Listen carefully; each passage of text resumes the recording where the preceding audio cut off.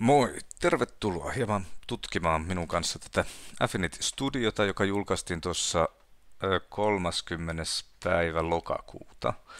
Ja tämähän on siis Affinity Photon ja Designerin ja Publisherin niin kuin softat yhdistettynä yhdeksi applikaatioksi, sovellukseksi. Ja täällä on siis tämmöinen vektor-osio, joka on hieman kuin Illustrator. Sitten on Pixel-osio, joka on hieman kuin Photoshop. Ja sitten on Layout, joka on hieman kuin InDesigner. Sitten on muitakin ominaisuuksia, mutta niihin en ole vielä ennättänyt perehtyä, joten käydään läpi aika vähän näitä. Ja mä vaan leikin tällä nyt jotakin. Eli täällä on nyt vektorointi. Voidaan vaikka mennä Vector ja Image Trace, joka on ilmestynyt tänne vihdoinkin, että pystyy vektoroimaan näitä rasterigrafiikoita.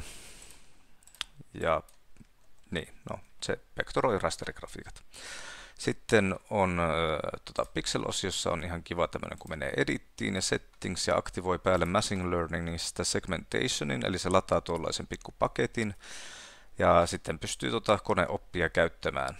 Nämä muut vaatii sitten taas tämän kanvan tilauksen, että ne voisi ladata. Mutta niin, nyt kun on aktivoitu tuo Object Selection Segmentation ominaisuus koneopista, niin me voidaan mennä ja pitää olla aktiivisena tosiaan se layer, mistä haluaa kohteen valita. Ja mielestäni tämä on nyt ihan ok näköinen. Niin valitaan tuo ja layerit ja maski luodaan siitä ja nyt se on maskattu. Ihan hyvää jälkeä teki. Sitä olisi voinut myös tietenkin mikäs se nyt onkaan, refine, hieno säätää tällä. Eli täällä on tämmöisiä työkaluja, millä pystyy hieno säätämään. Mutta minä aion tyytyä tähän. Tyydyn vähän. Ja sitten pystytään nyt vaikka Ctrl-J:llä kopioimaan tämä.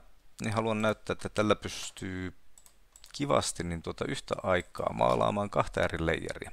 Jos ne on aktiivisena, niin se tekee molempiin layereihin saman värin. Eli nyt kun me piilotetaan noin, niin me nähdään, että se on molemmissa tämä punainen maalausväri, mutta jos me aktivoidaan vain toinen näistä, niin me näemme tuosta thumbnailistakin, että se on vain tuossa yhdessä se väri. Sama juttu toimii myös kloonaustyökaluilla. Ja kloonaustyökaluissa täältä voidaan valita, että mistä se ottaa sen informaation.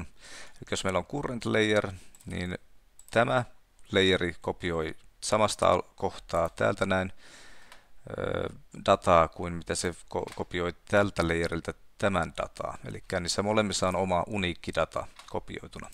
Tämä voidaan vaikka testata näin, että heitetään tuo pois, mennään Pixel, Filters, Frequency Separation ja sitten täältä aktivoidaan tämä.